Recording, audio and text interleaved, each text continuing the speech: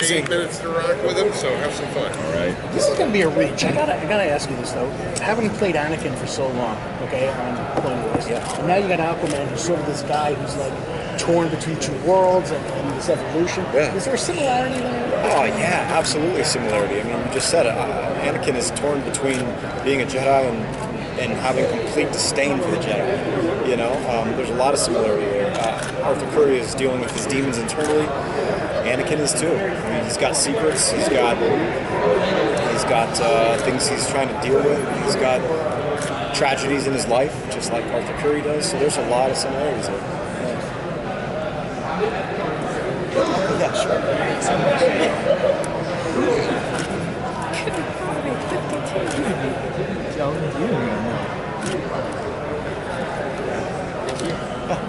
Now, just real quick, Aquaman's history in the past has been a little shady, as we all know. He's really cool guy. What made you say? Yeah, some people don't think he's cool. What made you say, hey, this is the role that I want to do this, and I want to do this thing justice? Like, what was that?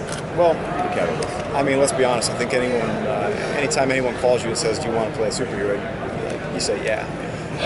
So, I mean, to be a part of the Justice League and jump into the DC world, which I've really not had a whole lot of experience with,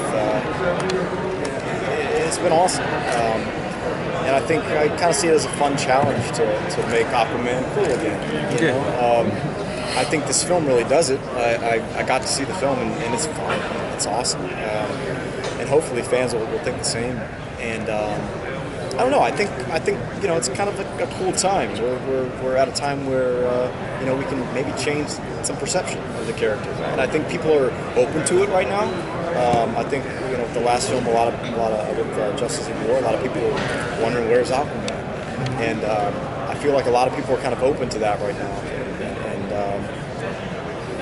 I don't know. I mean, I guess of course we've got Batman versus Superman coming out, and I know we've all heard that Aquaman's going to make an appearance in that. So Khal Drogo. Yeah, it's like a strange casting, huh? Yeah, it's like Aqua Drogo. Like, it's a weird departure from what we see on that poster, but I don't know, because I felt like the Christopher Nolan Batman stuff was like so dark and gritty, and I mean, it wasn't what we had seen like in the late '80s with Batman, but it worked and people love it. So that proves to me that things can change, and people accept it, and people are open to it.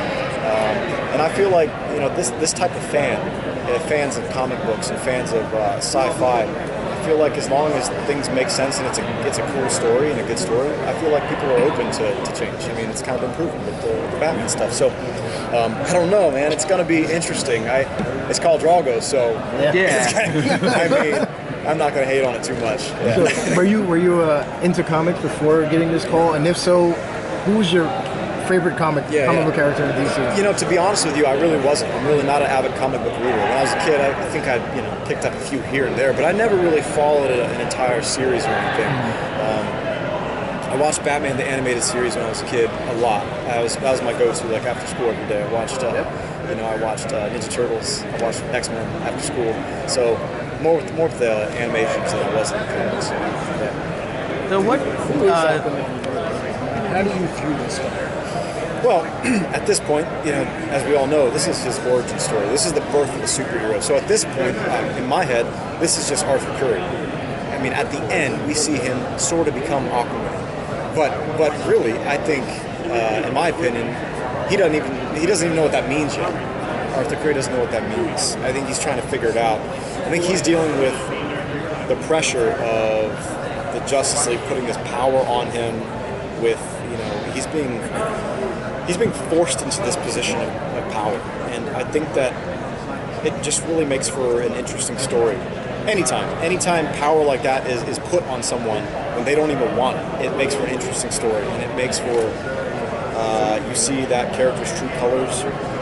So for me, it's more about Arthur Curry and his struggles and who he is, less about he's Aquaman, superhero. Hopefully, we'll get to see that in the subsequent films, and hopefully I'll be around to voice those. I'd love to, so I don't know, we'll see, but I really don't have any information on those, but I would love to see some more just him like kicking butt as Aquaman, You know, we see a bit of that in this film, and it's awesome, believe me. But it's more about his development as a character.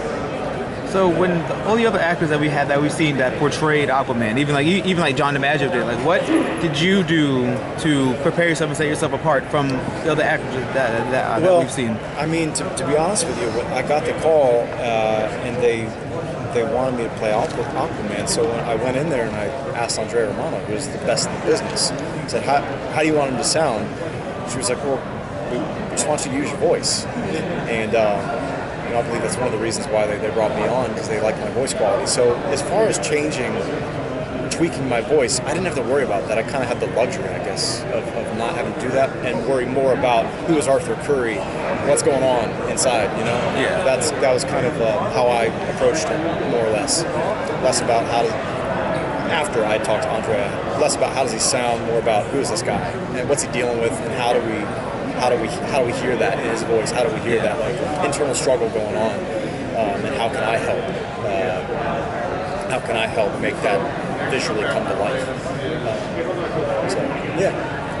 To elaborate on his question, would you say that this was a big challenge for you, or like what was the difficulty level of this character for you? Well, I think it's there's a difficulty there because, like I mentioned, I didn't really follow the comics, so I don't really know what happens to him in his life and what he goes through as Aquaman. But in some ways, it also makes it a little easier because all I do is I focus on this script because this is his birth, right? So all I had to do was focus on who is this guy in this moment and how do I approach that. I mean, I guess as far as being like, is it vocally harder than another character? I wouldn't say like vocally speaking it was any harder or more hard or less hard or whatever. I've been through a lot of the fighting scenes vocally with a lot of my other projects, like I did with him. So I don't know if that was the answer. Did you get to record with many of the other actors in this one? I didn't record with anybody. Yeah, it was just me in a booth, padded walls, talking to myself. And what was the challenge? How did you approach that challenge of having to act without anybody else? Sure. It's always a challenge. I think a lot of times voice actors are only by themselves. It does work both ways. For Star Wars, we always try to get the cast in together, almost as like a radio play. But a lot of times voice actors are by themselves, so it's really not something that I was completely unfamiliar with doing. I think that's all part of being imaginative, and having that imagination is you just make that actor next to you, you make that character right there in front of you that you're talking to.